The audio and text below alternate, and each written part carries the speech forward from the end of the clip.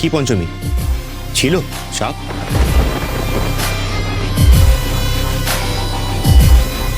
তাই তো, আমি তো দেখেছিলাম লাঠিতে জড়িয়ে সাপ, কিন্তু জঙ্গলে তো তেমন ছিল না।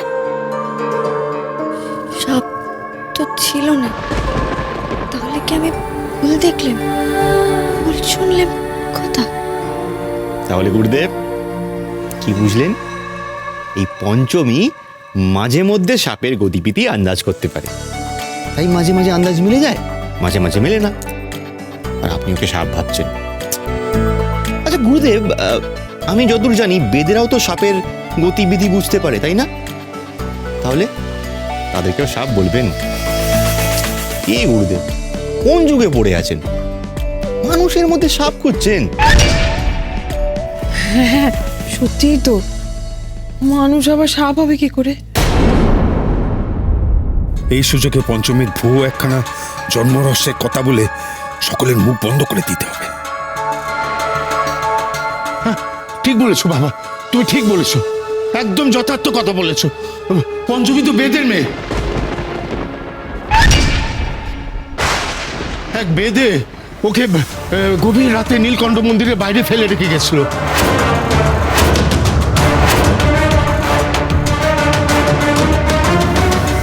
আপনি বেদের মেয়ে? কিন্তু এটা এমন কি কথা যে বাবা এতকাল লুকিয়ে রেখেছে? ক্লিয়ার হয়ে গেল। আমি তো আগেই বলেছিলাম ও বেদের মেয়ে, একে বেদের মেয়ে, তারপর এমন গ্রামে থাকে যেখানে মানুষের থেকে বেশি সাপ। তাহলে ও সাপকে বুঝি না তো কে বুঝবে? গুরুদেব আপনি বুঝবেন, বলুন। বেদের মেয়ে? সত্যি? নত কি এতকাল কেউ জানতো না, কেউ জানতো না, আমি কাউরে বলিনি। কে কি ভাববে কে জানে। আপনি এত করে ওর জন্মের কথা জানতে চাইলেন, তাই আজ সকলের সামনে আমি খোলসা করে জানিয়ে দিলেন। এই পঞ্চমী, বলছিলাম কি, তুমি সত্যি সাপের ভাষা বোঝো? সাপকে পোষ মানাতে পারো? না না, আমি সাপকে পোষ মানাবো কেমন করে? তারা তো বাবার নীলকণ্ঠের পুষ্টি, বাবার ভক্ত, বাবাই তাদের পোষ মানিয়েছেন। আমিও তো বাবার নীলকণ্ঠের ভক্ত, ওনার পুষ্টি, তাই বুঝি ওরা আমার কথা মানে। ওরা তোমার কথা মানে? মানে তুমি যা বলবে ওরা তোমার কথা শুনবে, এটাই তো মোদ্দা কথা, তাই তো? বেশ ঠিক আছে, তুমি তাহলে ওকে আজ পাহারা দেবে আমার ছেলেকে। হ্যাঁ, পুরোহিত মশাই আপনারা তাহলে আজ আসুন, ও যেমন চাইছে তেমনটাই হোক তাহলে। হ্যাঁ। মা তুমি কি বলছো বলো তো? একটা অসুস্থ মেয়ে এসে সারা রাত জেগে এখানে পাহারা দেবে? কামন মা। পঞ্চমী আপনি একটা কাজ করুন, আপনি আপনার বাবা মার সাথে বাড়ি ফিরে যান। না, পঞ্চমী যাবে না। পঞ্চমী পাহারা দেবে তোকে। তুই যতক্ষণ এখানে আছিস ততক্ষণ আমি পঞ্চমীকে দিয়ে পাহারা দেওয়াবো। তোকে বাঁচাতে আমি যা নয় তাই করতে পারি। মা প্লিজ আমার কথাটা শোনো, বোঝার চেষ্টা করো কথা।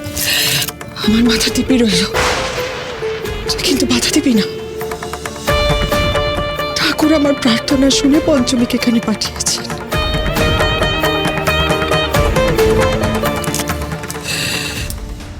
আপনিও বাধা দেবেন না গুরুদেব। আপনার যুক্তি তর্কর চেয়ে একজন মায়ের মিনতির দাম কি বেশি নয়? হ্যাঁ হয়ে আমি আমার ছেলের সুরক্ষার কথা ভাবতে পারবো না? বেশ, দিকো পাহারা।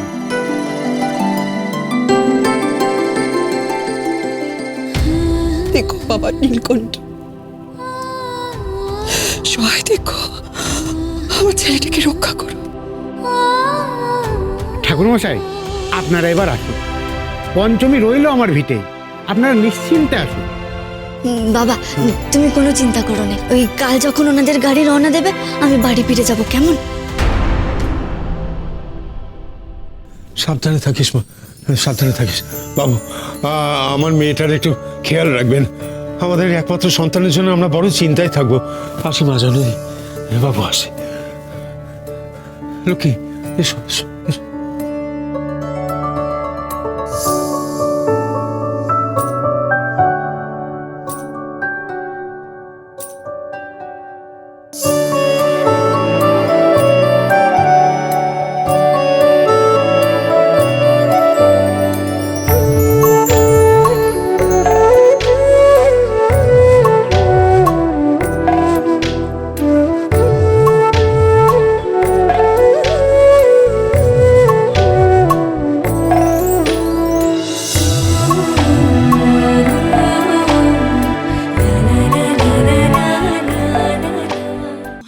বেদের মেয়ে এই কথাখানা তুমি এতকাল আমাকে বলনি কেন? কেন বলনি এত বছর? না আমাকে বলেছো না মেয়েকে বলেছো? যখনই তোমাকে জিজ্ঞেস করেছি তখনই তুমি এড়িয়ে গেছো সে কথা। অথচ আজ বাইরের লোকজনের সামনে তুমি একবার হড়হড়িয়ে বলে দিলে। আমার কথা তোমার কানে যাচ্ছে না, শুনতে পাচ্ছ না আমার কথা তুমি? পঞ্চমীর জন্ম পরিচয়খানা যদি গোড়াতেই বলে দিতে তাহলে মেয়েটাকে এত কাল ধরে ওর জন্ম নিয়ে কটু কথা শুনতে হতো না। কেন বলো, কেন এত কাল ধরে তুমি মুখে কুলু পেটেছিলে? বলো, শুনতে পাচ্ছ না? কথা বলো, বলো, জবাব দাও। কি বলতাম, কি বলতাম? আমি যে সত্যি পঞ্চমীর জন্ম পরিচয় সম্পর্কে কিচ্ছু জানি না। জানো না? তবে যে তুমি কইলে ও বেদের সন্তান, আজ ওই বড় গুরুদেবের সামনে এই কথা না বলা ছাড়া আমার কোনো উপায় ছিল না। এই বাবা ঠাকুর কি করলেন? কিছু করেননি, তবে ওনারে দেখে আমার মনে হচ্ছিল উনি পঞ্চমীর কোনো খ্যাতি চান।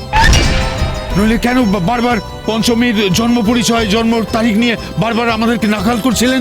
একটার পর একটা প্রশ্ন করে যাচ্ছিলেন। বারবার আমি, তুমি, বড় গিন্নিমা কইছিলেন যে পঞ্চমী হলো আমাদের নীলকণ্ঠের আশীর্বাদ।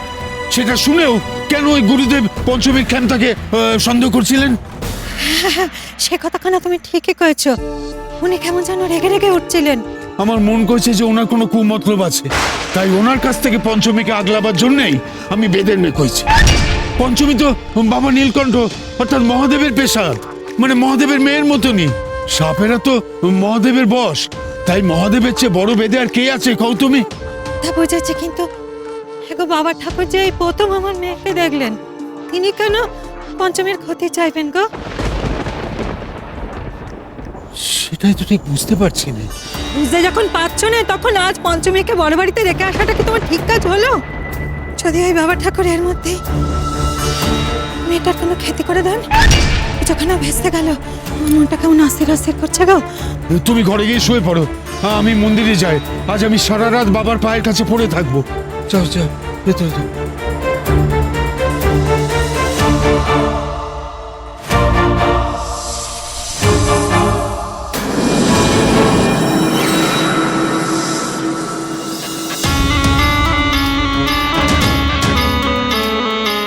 পঞ্চমীর ক্ষতি করতে চায় শহর থেকে আসা এই সাধু? কেন? উনি তো আগে থেকে পঞ্চমীকে চেনেনও না, তবে কিসের শত্রুতা? পঞ্চমী আমাদের রানীমার মেয়ে, মায়ের মৃত্যুর প্রতিশোধ তাকে নিতে হবে। ইচ্ছাধারী সাপীদের রানী হতে হবে মায়ের জায়গা নিয়ে। এখন থেকে তাকে আগলে রাখাই আমাদের কাজ। আমাদের রানী মায়ের মেয়ের ক্ষতি চাওয়া? আমাদের ভবিষ্যতের রানীর ক্ষতি করবে? আপনি আমাদের আদেশ করুন, ওই শহর থেকে আসা সাধুকে আজ রাতেই আমরা শেষ করে দেব। হ্যাঁ, পঞ্চমীর ক্ষতি আমরাই আটকে দেব চিরতরে। পঞ্চমীর যে ক্ষতি করতে চাইবে তাকে মরতেই হবে, শত্রুরকে শেষ করতেই হবে। তবে তোরা নোস, আজ আমি নিজে যাব পঞ্চমীর শত্রুর নিধন করতে।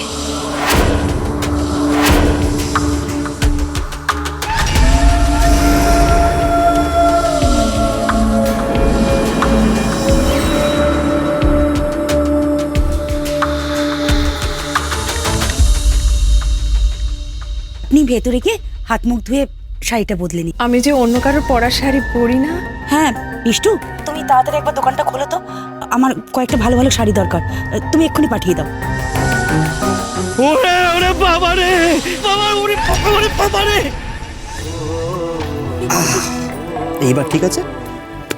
এই কি আপনি কি করছেন? আপনি খান, আমি খাবো না।